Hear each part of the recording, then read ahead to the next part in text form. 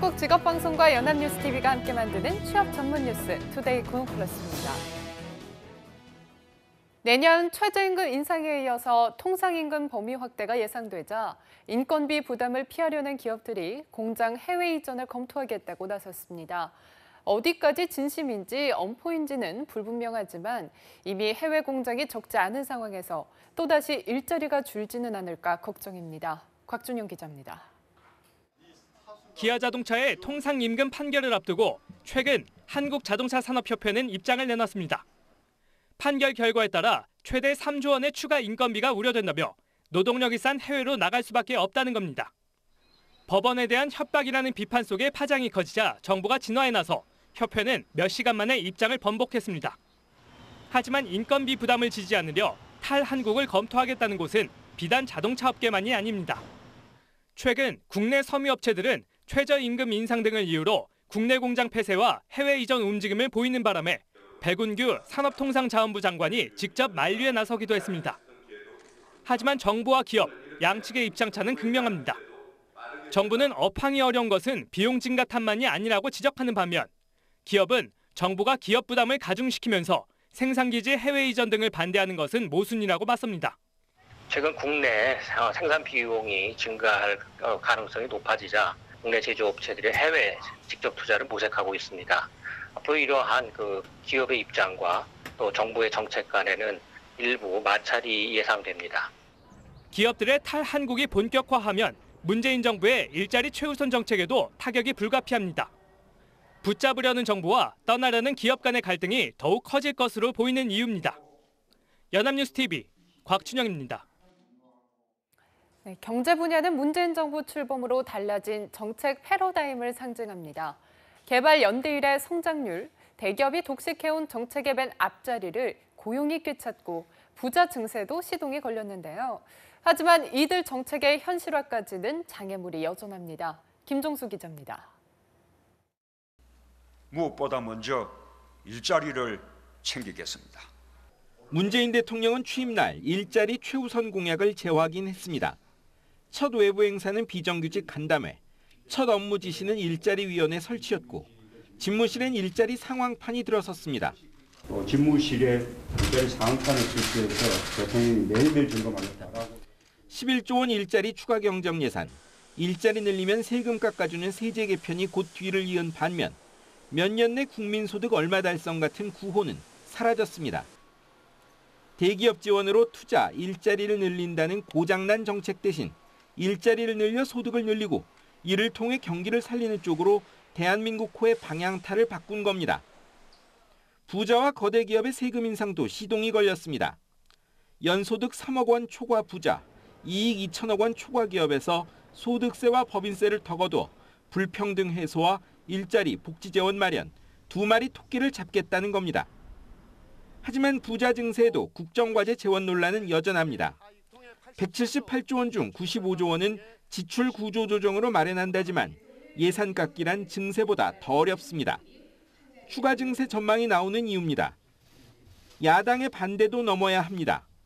무리한 포퓰리즘적 공약을 실천하기 위해서 국민을 솔깃하게 하는 결국에는 속이는 행위는 그만둬야 합니다. 100일간 정책의 틀 전환에 주력해온 문재인 정부 앞에는 이제 정책의 실행이란 더 큰 과제가 있습니다. 연합뉴스TV 김종수입니다. 올 상반기 주요 대기업 등기임원들이 1인당 평균 20억 원의 고액 연봉을 받는 것으로 나타났습니다. 금융정보업체 FN가이드와 금융감독원 전자공시시스템에 따르면 올 상반기 시가총액 상위 30대 기업에서 5억 원 이상 보수를 받는 42명의 임원 보수 총액은 약 844억 원으로 나타났습니다. 1인당 평균 보수는 20억 원 수준인데 작년 같은 기간과 비교해 60% 정도 늘어난 겁니다. 고연봉 등기임원의 보수 총액이 가장 큰 폭으로 늘어난 기업은 아모레퍼시픽으로 조사됐습니다. 우리나라 취업자 1인당 연간 평균 노동시간이 경제협력개발기구 OECD에서 멕시코에 이어 두 번째로 긴 것으로 집계됐습니다. OECD에 따르면 한국의 2016년 기준 국내 취업자 1인당 평균 노동시간은 9시간으로 OECD 회원 35개국 평균보다 305시간 많았습니다. 이를 하루 법정 노동시간 8시간으로 나누면 한국 취업자는 OECD 평균보다 38일 더 일한 셈입니다. 평균 노동시간이 짧은 독일 취업자와 비교하면 넉 달 더 일하고 연간 평균 실질 임금은 독일의 70%, 시간당 실질 임금은 절반에 못 미쳤습니다. 약정기간 이동통신 요금 할인율을 현행 20%에서 25%로 높이는 정부의 행정처분 통보가 임박했다는 전망이 나오고 있습니다.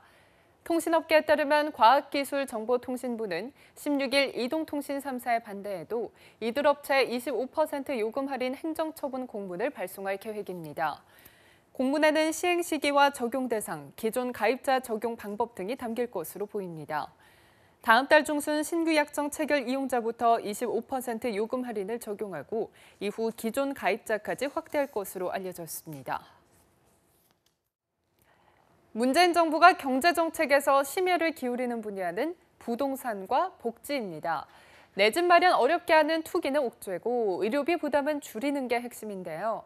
서민 경제를 되살려 뇌수를 띄우겠다는 건데 선심성 정책이라는 비판도 나오고 있습니다. 이준음 기자입니다. 문재인 정부는 치솟는 집값을 잡겠다며 6년 만에 투기과열지구 카드를 꺼냈습니다. 서울과 세종 등에선 주택담보대출로 빌릴 수 있는 돈이 줄었습니다.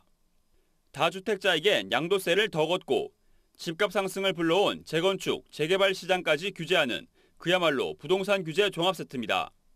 정부는 집을 거주 공간이 아니라 투기 수단으로 전락시키는 일은 용납하지 않겠습니다. 일명 문재인 케어로 불리는 건강보험 정책도 발표했습니다. MRI 촬영 등 여태 건강보험이 제공되지 않던 비급여 치료 항목을 2022년부터는 국가가 책임지겠다는 게 핵심입니다. 또 부양의무제를 단계적으로 폐지해 기초생활보장 대상자를 늘리고 소멸시효가 지나 죽은 채권 26조 원치를 소각해 214만 명을 빚의 굴레에서 벗어나게 했습니다. 서민 경제를 살려 내수를 띄우는 방식으로 경기 부양 전략을 짠 겁니다.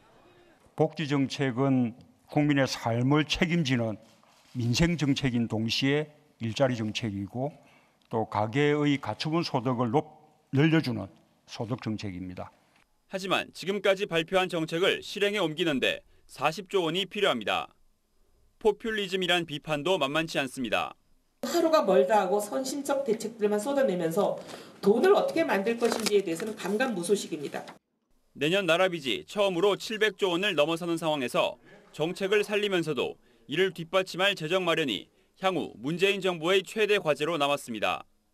연합뉴스TV 이준음입니다. 정부가 1,400조 원에 달하는 가계부채 대책의 이달 발표를 예고했습니다. 한국 경제를 위협하는 뇌관인 이 가계빚 문제를 풀기 위해서 정부가 이미 부동산 대책 억제 카드를 꺼냈지만 전문가들은 금리 인상과 소득 증대 병행이 필요하다고 지적합니다. 박진영 기자입니다.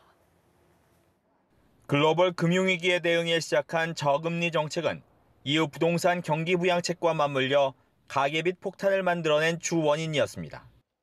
2007년 말 665조 원이었던 가계빚은 3월 말 1,360조 원, 2배 넘게 불었습니다. 이미 1,400조 원 선에 도달했을 수도 있습니다. 새 정부가 6.19와 8.2 두 번의 부동산 대책으로 대출을 조였지만 가계빚 축소엔 한계가 있다는 지적이 나옵니다. 대출 규제, 미시적 규제를 지금 강화하고 있는데요. 근데 이런 정책만으로 가계부채를 줄이기는 어렵고 점진적으로 금리를 좀 높이는 방향에서 정책을 써서 가계부채를 줄일 필요가 있다고 생각합니다.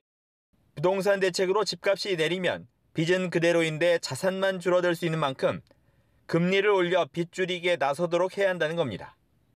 하지만 무리한 금리 인상은 가계 파산 우려만 키울 수 있습니다. 인상의 속도 조절과 함께 파산 위험이 큰 가계에 대한 대책이 우선돼야 하는 이유입니다. 금리를 장기적으로 좀 인상을 해서 유동성을 줄이는 것이 좋을 것 같은데 그럴 때 한계 차주들이 금리 인상의 여파 때문에 힘들어하지 않도록 여러 가지 지원책도 필요할 거라고 생각이 듭니다. 또 빚 상환 능력을 총체적으로 검토하는 총부채 원리금 상환 비율 규제 단계적 도입과 일자리를 늘려 가계소득을 늘리는 정책이 금리 인상과 맞물려야 한다고 전문가들은 지적합니다. 연합뉴스TV 박진영입니다.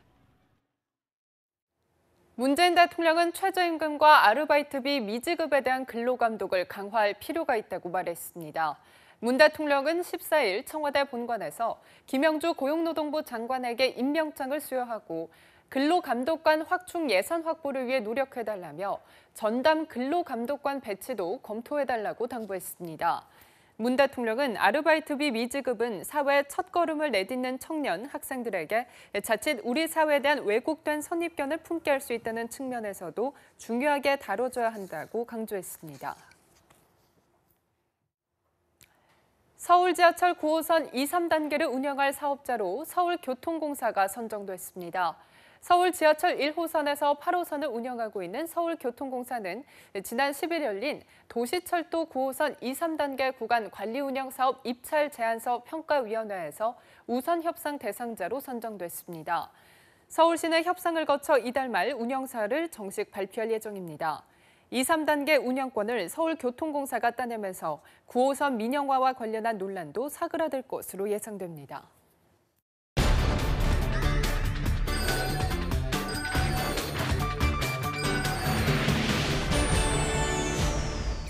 네, 사회적으로 핫한 이슈를 키워드로 알아보는 핫키워드 시간, 구보나 캐스터와 함께합니다. 안녕하세요. 안녕하세요. 핫키워드 시간입니다. 지난 15일은 우리나라가 일본으로부터 광복된 지 72년이 되는 광복절이었습니다. 72년 전엔 일제강점기에서 해방된 것으로 온 국민이 기뻐했지만 올해 광복절은 마의 화요일 출근해서 근로자들이 해방된 달콤한 휴식을 맞는 날이기도 했습니다. 네, 그렇게 해석이 될 수도 있겠네요. 이 월요일을 지나고 화요일째 휴일을 맞이하면 왠지 기분이 좋아지잖아요. 그래도 올해 광복절은 다소 아쉬웠어요. 일요일과 화요일 사이라서 징검다리 휴일로 임시공휴일이 될 수도 있었는데 무산이 됐잖아요. 네, 맞습니다. 이 한간에서는 8월 14일이 임시공휴일이 될 수 있다는 이야기가 떠돌아서 근로자들의 마음을 들뜨게 했었는데요. 지난주 정부에서 임시공휴일을 지정할 것이란 소문은 사실 무근이라고 공식적으로 발표를 했죠. 현재까지 14일을 임시공휴일로 지정하도록 요청한 부처도 없었고 대통령 주재 국무회의에서도 임시공휴일 안건은 상정되지 않았고요. 네, 저도 그 뉴스를 보고 조금은 안타까웠어요. 물론 제가 쉬고 싶다는 건 아니고 우리의 시청자들이 하루라도 직장 스트레스에서 벗어나 푹 쉴 수 있기를 바라는 마음에서였다는 것 알아주시기 바랍니다. 네, 하지만 이 실망은 이릅니다. 올해 초부터 모든 근로자들을 설레게 했던 기간이 있죠. 바로 10월 초에 돌아오는 추석 연휴인데요. 이처럼 올해 10월 2일은 일요일과 개천절 사이에 끼어 있는 월요일로 만약 정부가 이날을 임시공휴일로 지정할 경우에 9월 30일 토요일부터 한글날인 10월 9일 월요일까지 최장 열흘간 황금 연휴가 만들어질 수 있기 때문입니다. 네, 듣기만 해도 설레는데요. 벌써부터 이 기간에 비행기 좌석이 동인하고 숙박시설의 요금이 성수기만큼이나 올랐다고 하잖아요. 그런데 아직 공식적으로 임시공휴일 지정은 안 됐나 봐요. 네, 그렇습니다. 문재인 정부는 이번 9월 말에 임시공휴일로 확정하는 절차를 가질 예정인데요. 현재는 10월 2일을 임시공휴일로 지정할 수 있도록 관련 부처와 협의 중이라고 합니다. 네, 꼭 이뤄졌으면 하는 바람인데요. 사실 직장인들에게는 휴일이 1년 중 가장 달콤한 시간이잖아요. 조금이라도 더 늘어나면 더없이 일상에 활력이 될 것 같은데요. 네, 맞습니다. 하지만 모든 직장인들에게 해당이 되는 건 아닙니다. 실제로 이러한 공휴일에도 정상 출근을 했던 이 직장인의 경우도 상당수였는데요. 온라인 취업 포털 사람인이 직장인 576명을 대상으로 공휴일에 정상 출근할 경험에 대해서 조사를 한 결과 절반 이상인 63.5%가 있다라고 응답을 한 겁니다.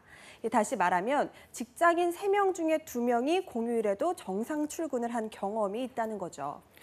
아니, 법적으로 지정한 공식적인 휴일이라는 의미의 공휴일인데 왜 정상 출근을 한 거죠? 네, 이유를 살펴봤더니 58.2%가 응답을 해서 1위를 차지했던 바로 회사 방침이라서였습니다. 그 다음 이유는 19.7%가 응답한 이 개인적으로 중요한 일이 있어서가 2위를 차지했고요. 3위는 14.8%가 응답을 한 이 상사의 부탁 등 어쩔 수 없어서, 또 4위는 7.4%가 응답을 했던 이 특별수당을 받기 위해서였습니다. 예, 무엇보다 회사 방침이라는 응답이 가장 많았는데요. 어떻게 공휴일에도 출근하는 것이 회사 방침이 될 수가 있는 거죠?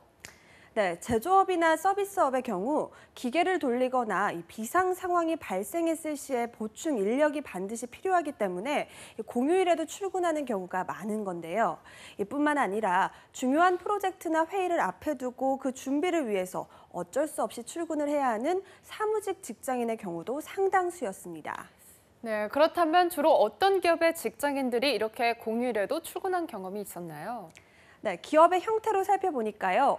중견기업의 직장인 중 70.7%가 공휴일에 출근한 경험이 있다고 응답을 해서 가장 많은 비율을 보였고요.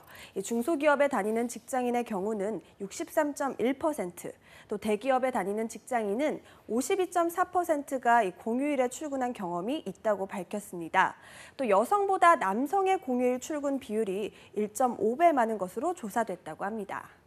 네, 그래도 직장인들에게는 휴일이 삶의 활력소인데 이렇게 남들 다 쉴 때 출근을 하게 되면 그만큼 스트레스를 받게 될 것 같은데요. 네, 맞습니다. 공휴일 출근 경험자 중에 76.2%가 실제로 공휴일 정상 출근으로 스트레스를 받고 있고, 또 복수 응답자 중 60.2%가 업무 집중력이나 능률이 떨어진다고 응답을 할 정도였습니다.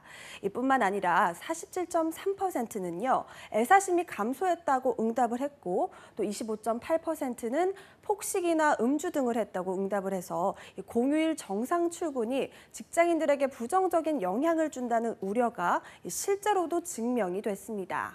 네, 안타깝네요. 공식적인 휴일에 정말 어쩔 수 없이 정상 출근을 해야 한다면 법적인 페널티라든지 추가 근로수당을 높게 받을 수 있는 법적인 장치가 마련됐으면 하는데요.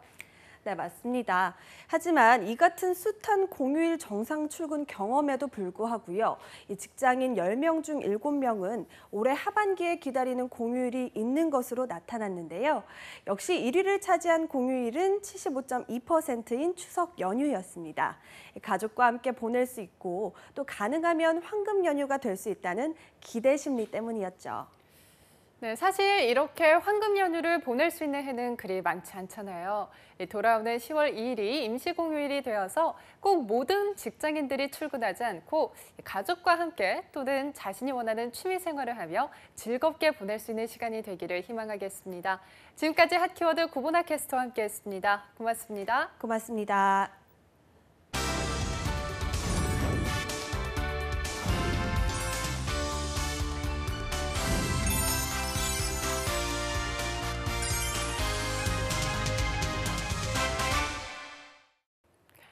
투데이 고용플러스 오늘 준비한 소식은 여기까지입니다. 함께해 주신 여러분 고맙습니다.